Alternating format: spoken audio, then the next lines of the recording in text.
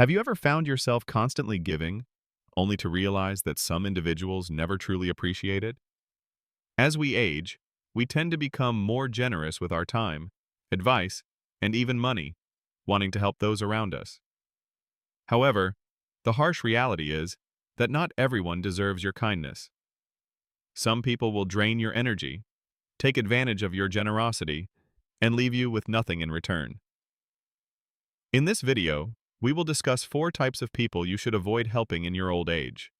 These are individuals who will use your goodwill against you, making you feel obligated, guilty, or even financially strained. The most troubling aspect is that they often disguise their intentions so well that you may not even realize it until it's too late. If you want to protect your peace of mind, financial security, and emotional well-being, you need to know who to avoid helping, no matter how much they beg, plead, or try to convince you otherwise. Stay tuned until the end, as recognizing and knowing how to handle these 4 types of people might just change the way you view certain individuals in your life. Understanding how to deal with them can save you from years of stress and regret. Now, let's delve into the first type, the chronic taker.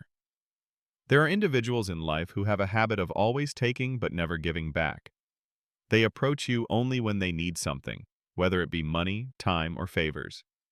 However, when you require support, they are nowhere to be found. These chronic takers can drain you of your resources without a second thought. Initially, they may appear genuinely grateful for your assistance, thanking you and promising to repay the favor someday. Yet, over time, a pattern emerges. They never offer to assist you in return, never check in on you unless they need something, and always make requests that benefit them, not you. Many older adults make the mistake of believing that repeatedly helping someone will eventually change them. However, chronic takers see kindness as a weakness to exploit, not as something to appreciate. Take Joe, a 72-year-old retired carpenter, for example. His younger cousin, who had a history of financial struggles, frequently sought loans from him. Despite Joe's continued generosity, the cousin never improved his financial situation or repaid the borrowed money. Joe eventually realized that his kindness was enabling the cousin's irresponsible behavior.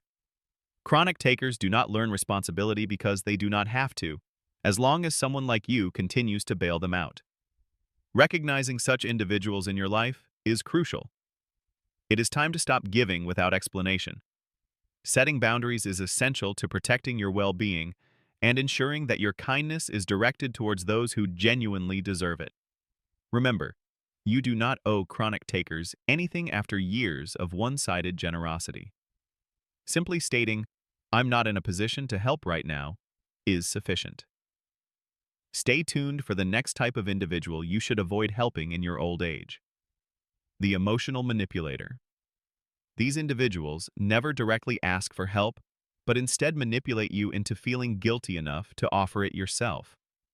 They know how to push your buttons using guilt, pity, or even anger to make you feel obligated to assist them. Emotional manipulators frame every conversation around their suffering and make you feel responsible for their happiness, struggles, and failures. They make you feel like you can never do enough, no matter how much you sacrifice for them. Be wary of these manipulators, as they can disguise themselves as friends, family, or trusted individuals. It can be challenging when even loved ones make it difficult to see through their manipulative tactics. Take Helen, a 68-year-old retired nurse, for example.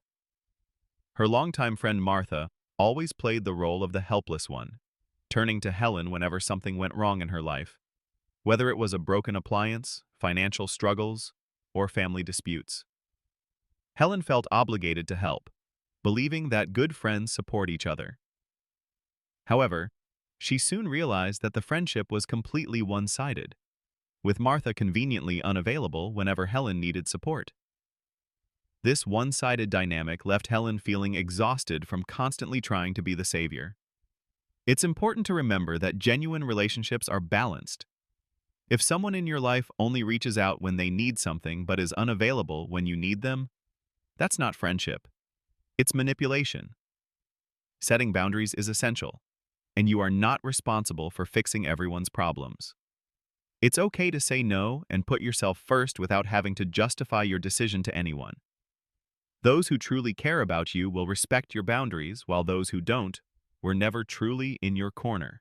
Moving on to the topic of financial responsibility, it's crucial to differentiate between helping someone going through a tough time and bailing out someone who consistently makes poor financial decisions.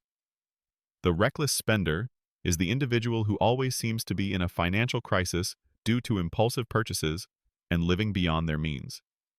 They rely on others, like Ron, a 74-year-old retired mechanic, who gave money to his grandson to cover bills. However, Ron soon realized that his financial help was enabling his grandson's irresponsibility rather than solving the problem. Many older adults find themselves in financial trouble because they prioritize helping others over securing their own future. It's important to recognize that no one will take care of you if you run out of money in the future. You have the right to say no to financial support for those who refuse to manage their money responsibly, as your first priority should always be protecting your own security. Finally, there are those who play the role of the perpetual victim, always blaming others for their circumstances. It's essential to recognize these patterns and set boundaries to protect yourself from being manipulated or taken advantage of. Those who always find reasons why they can't seem to get ahead or are constantly struggling are known as perpetual victims. They have a cycle of negativity that can drain your energy and emotions if you're not careful.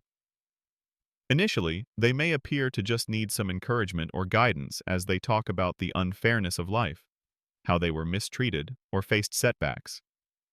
Despite your sympathy and advice, you start to notice a pattern where they always have excuses for why solutions won't work.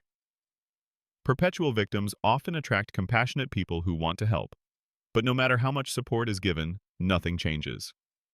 Take Linda, for example, a retired teacher who tried to help her friend Karen, a perpetual victim, by offering emotional and financial support.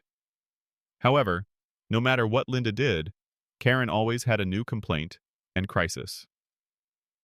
Perpetual victims do not want to change, as being a victim gives them attention, excuses, and an easy way out.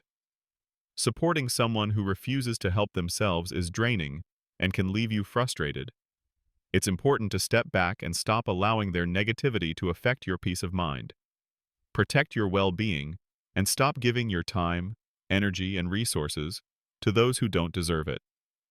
It's crucial to invest your kindness wisely and surround yourself with people who appreciate and respect you. Your time is valuable, so spend it wisely. Thank you for joining us today, and we'd love to hear from you about what you've learned and how you plan to use it in your life. Your thoughts are important to us, so please share them in the comments below. We find great motivation and encouragement in reading your comments. If you found this video enjoyable and helpful, please consider liking, subscribing, and sharing it. Your support enables us to keep creating informative and inspiring content for you.